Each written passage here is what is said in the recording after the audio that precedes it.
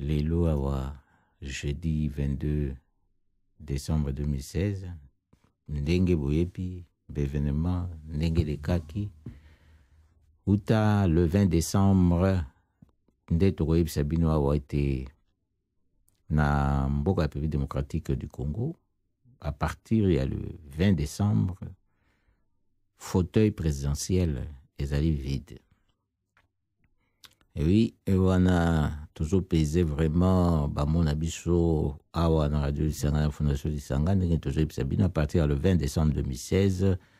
la crise institutionnelle et s'instaurer dans la République démocratique du Congo, fauteuil présidentiel eza vide. To salaki mission mususu awa to parlaki pe na likambo ya crise institutionnelle bakolinga kolanda yango ezali pe na internet so bokoti na site na biso na lisanga.nl botali émission oyo to salaki mokolo mwa jeudi 17 novembre 2016 yango to parlaki na sujet de la crise institutionnelle en RDC après le 19 décembre 2016, fin mandat Kabila. Nde yango eza likambo yo e sili kokokisama, eza fait sikoyo après le 19 décembre Kabila mandat na esili, za lisusu na légitimité mon côté, fauteuil présidentiel ezali vide, vu que accord politique moko ezwama kite avant fin ya mandat na ye oyo bato balinga kondima na accord politique ba désigner soki ndani alingaki kosala présidence ya honneur juste pona kosala ete fauteuil wana eza vide te tina ndenge na ntango bakoorganize baélection yango esalemaki te likambo na modification ya constitution oyo alingaki asala na befort oyo asalaki na ntango azalaki na mandat na ye esalamaki te esimbaki te parce que peuple congolais azalaki tellement éveillé baruse na bango nyonso azalaki nango ya koluka kokende na bachemin détourné mpo baya koarrive komodifie constitution mpo epesa ye accès na troisième mandat esimbaki te. Non, atikali ndenge wana na légitimité moko lisusu te. Ezate pour la cour constitutionnelle asalaki interprétation na ye a constitution kolobete lokola bati na constitution ke président yazali akofanda ti tango président élu akokota pour asala na passation ya pouvoir. Kasi boyebi yango bato baza na cour constitutionnelle baza bato ya atie ezaki surprise te tolobaki na bino mpe na ntango wana oyo yango esalemaki ete ezaki surprise te basala yango eza interprétation oyo mpe bato mosusu mpe ya cour bakoki kointerprete yango autrement boyebi mpe ntango elekaki wana ezalaki na baprocureur mosusu oyo bazalaki mpe te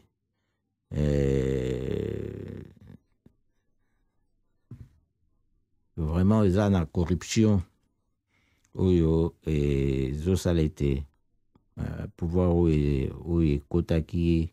na mandoki ekontinue kofanda na fraude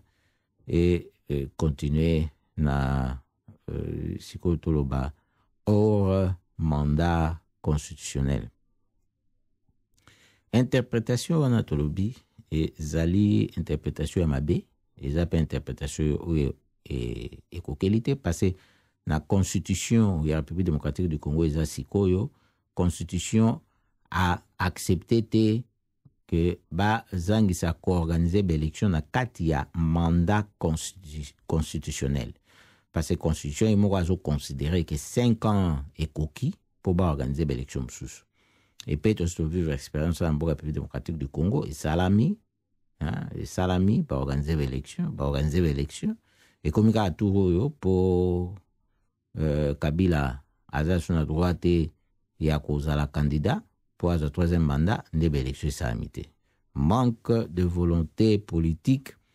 nde yango sikoyo ememi biso na esika oyo dans constitution na biso alobité président oyo azali soki akoki organiser l'élection te afanda wana ti tango akoya koorganize mpo mosusu akota. Constitution elobi il faut l'élection ezala organiser. Elobi soki mutu aluki a faire échouer, mutu soki aluki a violer constitution, il faut qu'on applique article 64 pour na ko faire échouer ba plan na ye yako violer constitution. Nde likambo yango wana oyo toza nango eza article 64 oyo eza applicable na ba seconde nyonso tout na mboka République démocratique du Congo pour na ko faire échouer plan ya Kabila na proche na ye ya ko s'éterniser na pouvoir. Nde boyebi makambo elekaki toyebisaki bino pe na émission mosusu le 27 novembre 2016 oyo eleki ezalaki nde mokolo ba élection il fallait salama élection présidentielle pe législative esalemaki te. Nde boye komona sikoyo le 19 awa na suka ya mandat Kabila tango tokomi presque minuit masasi na basifle betami mingi na makelele ya basani bandungu makelele ya batu koyemba ete Kabila mande sili alongba akei manda na ye esili basifle beti na mboka Kinshasa makasi atako bazwaki ba militaire bapanzaki bango partout na Kinshasa na ba ville minene ya mboka République démocratique du Congo. Kasi peuple congolais alakisi atako sensibilisation ezalaki penza na fonte po batiaki likambo na dialogue boyebi oyo médiation ezosalema ya Senko ya ba évêque catholique baye ko suspendre yango po le 19 eleka na kati baya ko reprendre le 21 nyonso wana ezalaki sikoyo pe eloko yaki au secours ya Kabila po ba parti politique wana basala lisusu sensibilisation makasi na batu na bango te na base na bango te po basala eloko mosusu oyo lingaki kozala susu ete bayakisa bango misapi epai boza kozela bokoba na masolo epai botindi batu na balabala po na bakwesa pouvoir. Kasi peuple moko ayebaki ko se prendre en charge na niveau na ye na ndenge oyo estimaki ete sengeleki d'abord ko signifier carton rouge na imposteur po na yeba ete peuple aza conscient po soki peuple afandaki asalaki eloko moko pete po azela kaka bahomme politique baloba na ye sala boye bima na lopango na lokolo soki ya mwasi to ya mobali soki ndenge nini oyo toyokaki baaventurier mosusu baza koyebisa bato makambo pamba bomela mai te mokolo wana babebisi mai soki bomeli bokozwa badiare le 19 basali boye soki bobimi mokolo wana le 20 na tongo bokanga misu po mopepe wana babebisi vraiment eza na bato mosusu oyo kutu bacomédie na miso lokola baanse luzolo ya minene bakosa ozomona mpenza mutu azosala comédie pe ya de bato oyo baza kokanisaka baza bato sérieux baza pe kopanza babétise wana oyo apamba toza na peuple oyo aza mayele peuple oyo ayebi ndenge makambo eza kokende kasi communication entre ndenge na utaki koyebisa bino classe politique plus précisément opposition na base na bango nde ezalaki na moi toloba continuité na moment wana tant tokomaki vers le 19 ezalaki susu penza te pona ba raison na tio pesa bino na tango bandimi bazaki na kati ya participation ya dialogue oyo batiaki ete avant le 19 décembre il fallait esila bazwa conclusion nde lingai koyebana soki dialogue wana ebotaki eloko te po sikoyo baya sikoyo kosala continuité na message na base na bango kasi ndenge na otaki oyebisa bino ezalaki mpe lokola moyen ya kopesa Kabila souffle pona le 19 eleka ekota boye basuspendre yango toyebi te baevêque babengisaki bango na pape na Rome mpona bakende soki kosala nini na mikolo wana et pourtant Noël yango eza koya baevêque balobi lisusu ntango bareprendre batravaux lobi badiminue effectif ya bato na moitié balobi sikoyo balingi avant Noël accord ezwama Ben, po batinda ba évêque bakende na ba pisika na bango bazalaka na Congo po bakende kosalisa messe ya Noël. Vraiment toyebi soki etamboli ya makambo yango esengeleki ekende kaka na lolenge oyo to te mozindo ya ebale oyo bango bazali komeka ezali tellement na molai koleka eloko bango baza komekela yango nde esengeli bazala na keba ba zinda na ebale wana te na ndenge bazali komeka molai nango wana soki bamoni ete eloko oyo bango bajwaki po bakoma na suka ebale wana ezokomisa bango na suka yango te bamikanisa po bazinda te wana toyesi bango boye na ndenge ya kibokolo po basosola. Sikoyo le 19 wana nde peuple alakisaki kaka basifle babetaki pe bazomelaki Kabila. Bamilitaire oyo bazalaki na balabala wana bapesaki bango mitindo babete masasi pe ntango ekomaki minui ntango makelele na basifle na kozomela Kabila eyaki su makasi baye kobete lisusu makasi masasi ezalaki lokola guerre wana ata na kati ya mboka Kinshasa. Nyonso wana ezalaki mponi mpo babungisa makelele ya basifle babungisa kozomela oyo bato bakozomela Kabila ete mande esili akende akei aza lisusu te mpo bazipa yango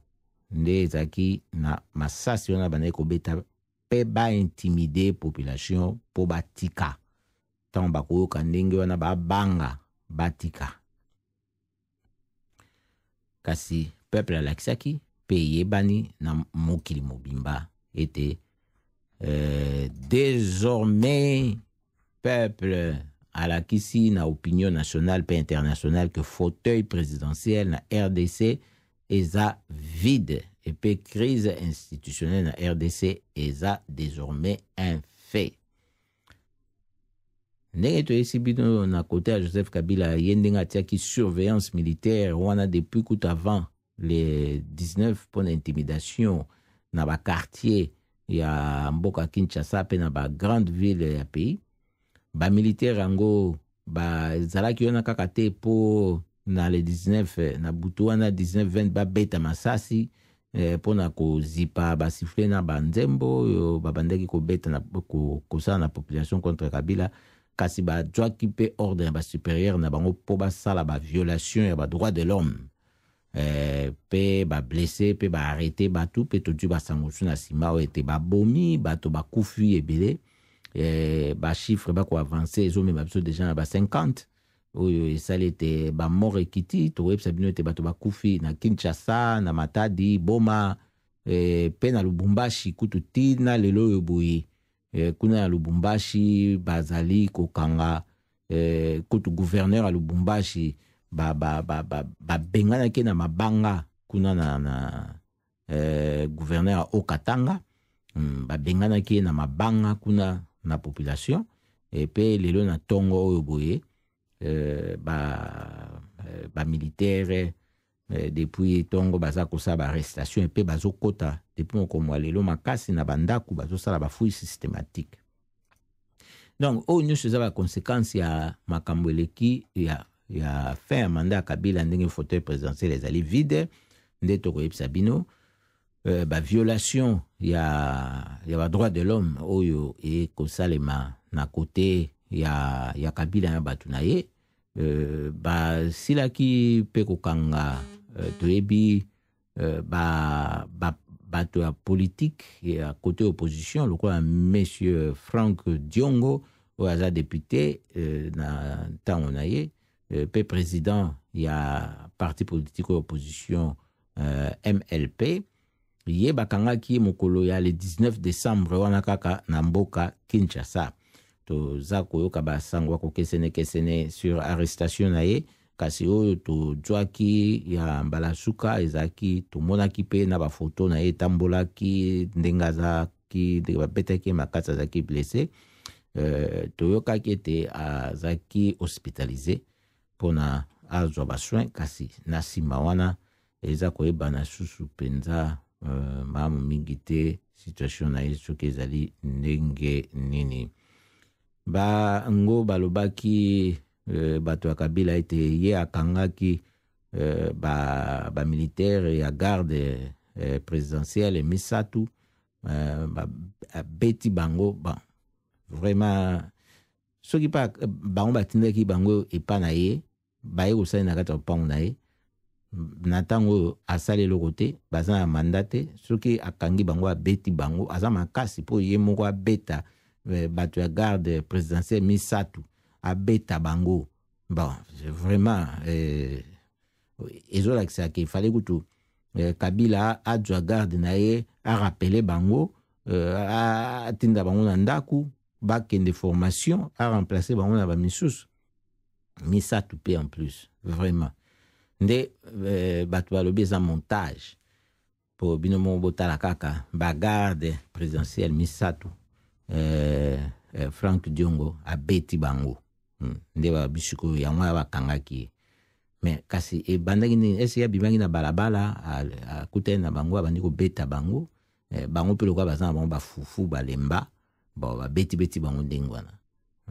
vraiment eza mingi na mboka République démocratique du Congo ndenge balingi kokosela ba homme politique makambo mpo bakanga bango bakosa ke eza likambo politique te eza arrestation politique te mais ezaka raison moko bidon basalaka wana soki otali ozomona ke kaka ndenge tolobaka lokola bango bandimi bakonza bango na mutu aza abruti bango moko mpe bakomi babruti ata soki baza na mapolomi ya université kasi bakomi penza kaka pe babruti kaka lokola abruti oyo bango bandimi akonza bango yango ozomona ta makambo aboye eza makambo vraiment oyo ekoki kondimama te oyo nyonso kaka po baluka baviole badroit ya bato esuki wana te eza lisusu na Nord Kivu kuna oyo kutu depuis le 17 décembre bakangaki bato mibale so opposition eza na bamessieurs Christian Bados na André Bisimwa ya parti politique opposition ESID bango bazaki interpellé na baagent mpe kaka ya Kabila le 17 décembre ndenge nalobi wana na Nord Kivu. Acte yango ezalaki vite dénoncé na monsieur Jean-Baptiste Kasekwa ya secrétaire exécutif ya ESID a qualifié qui arrestation yango keza arrestation arbitraire alobi ete acte yango eza ko démontrer volonté ya pouvoir ya kolinga kointimider ba opposant mais tokoyebisa bino intimidation yango ya bamilitaire esimbaki te pamba te population ndenge boyebi abetaki na ye basifle na ye population abetaki na ye basifle na ye mpona kosignifier carton rouge oyo pesaki na Kabila mpona akite terrain ya jeu politique na RD Congo pamba te asali faute grave oyo ya haute trahison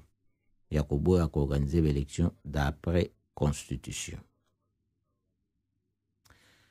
Wana totangeli bino ba violation oyo esalemi na kati ya ba violation ebele nde tozoyebisa bino boye na ntango makambo sikoyo ekei boye eza sikoyo likambo ya kotala sikoyo lolenge kani ya kokomble fauteuil présidentiel oyo ezali vide mpona koluka koorganize baélection na délai moko acceptable mpo na kosala yango na cadre constitutionnel ko respecter constitution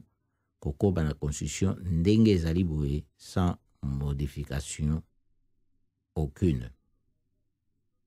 Likambo boye sikoyo ekozala atteint kaka na accord politique na baye na classe politique ko fande longo ko sola kota ndenge ni bango bakosala yango. Peuple aza na makoki na ye ya kotelemela pouvoir oyo esi epoli na moment nyonso tu mpona korevendike yango, akweyisa yango, akimisa bango, ekopesa kaka mpe esika na bayeba politiko mpona bafanda basala toloba institution oyo ekokomble vide wana po baélection esalema d'après constitution oyo tozali nango sikoyo sans modification aucune. Yango ekosalema na cadre ya article 64 pona ko faire échouer plan ya Kabila na batu na ye ya violation ya constitution pe koluka kobuka constitution kobebisa yango. Yango wana esengeli koala attentif makasi koyeba ngo ete mikolo nyonso eza mikolo raté oyo ezali kobakisama depuis le 20 décembre,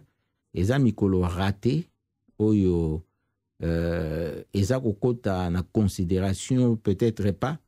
ya ko s'apprêter na élection oyo ekosunga biso po tozonga na kati ya cadre constitutionnel, donc na ba mandat ya ba institution na légitimité ya ba institution po toyebi ete présidence de la République eza périmé et expiré na deuxième chambre longo parlement yango pe expiré, Sénat expiré bandakala bango kutu ba élection sama kambala moko ya susute pona ba région, donc bazaka susu na mandaté d'après constitution eloko efanisa bango wana ezaki présidence de la République na parlement oyo babandaki kopesa bango couverture wana sika toloba boye po bango nde babandaki kondima ete nano bakomaki na bakokisaki te bazalaki na makoki ya kosesa baélection na niveau wana te,